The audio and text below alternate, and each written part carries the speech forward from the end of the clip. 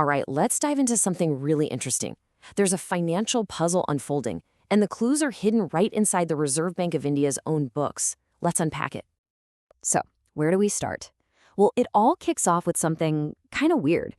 For the first time in a long, long time, the actual amount of cash floating around in the Indian economy is going down. It's shrinking. And the big question is, why? And we're not talking about a small dip here. Just look at this. In a single month, June 2025, the cash in circulation fell by a whopping 1 lakh crore rupees.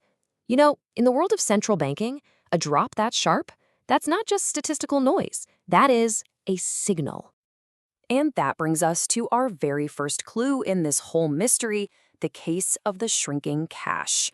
See, when the money supply tightens up this fast, it's almost never an accident. It points to a deliberate move by the central bank, the RBI, to pull money, to pull liquidity out of the system. Now, you might be thinking, okay, so what? Money comes and goes. But this is actually a really big deal.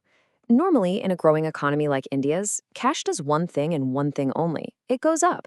It steadily expands to keep pace with economic growth, with seasonal shopping, you name it. So a sudden drop like this, it's not random. It practically screams intentional action by the RBI. Okay, so we know what's happening, but the real question is why? To figure that out, we've got to look at the other side of the RBI's balance sheet.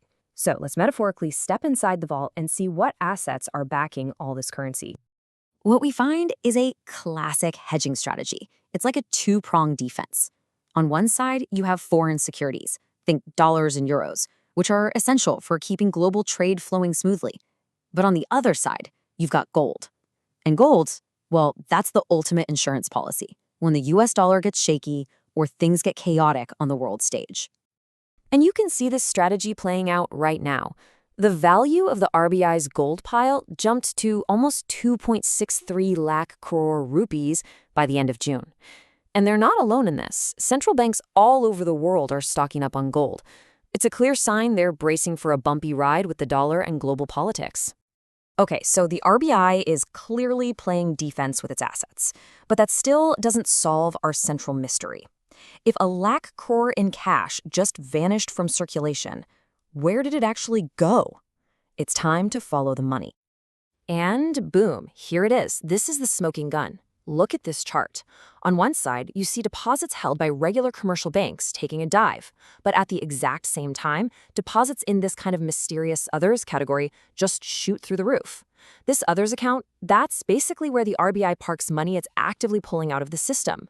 This whole process is called sterilization, and the evidence right here is just undeniable.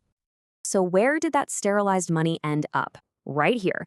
The RBI's own investments, we're talking mostly government bonds, jumped by a massive 5 lakh crore rupees. Think about it.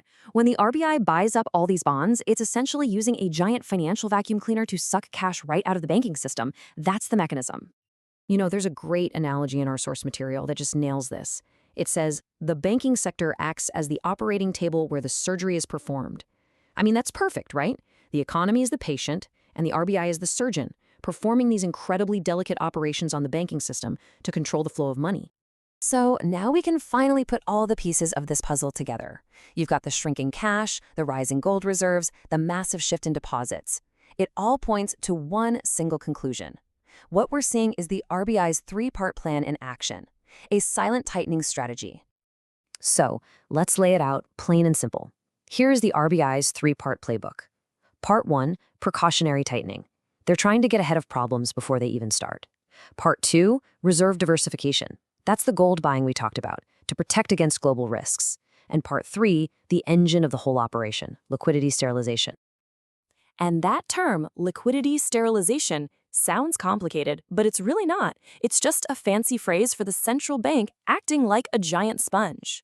When there's too much cash sloshing around the system, maybe from a flood of foreign investment, the RBI steps in and soaks it all up. Why? To stop that excess cash from triggering inflation. And this quote just sums up the whole strategy perfectly. By contracting the currency, reducing bank deposits, and boosting its own investments, the RBI has effectively tightened the money supply without ever having to announce a change to the official interest rates. It's a really clever, quiet, behind-the-scenes move.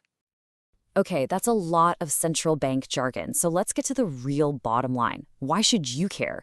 What do all these quiet maneuvers actually mean for the economy and, for all of us? Let's break it down. So, if we're reading the signals correctly, what is the RBI telling us? Well, first, it's worried about future inflation. Think rising food and oil prices. Second, it's getting ready for more global economic drama. But here's the kicker. This completely goes against what a lot of people were expecting. Everyone was talking about interest rate cuts, but these actions, they suggest the exact opposite is on the RBI's mind. And that leaves us with one last really important question to chew on.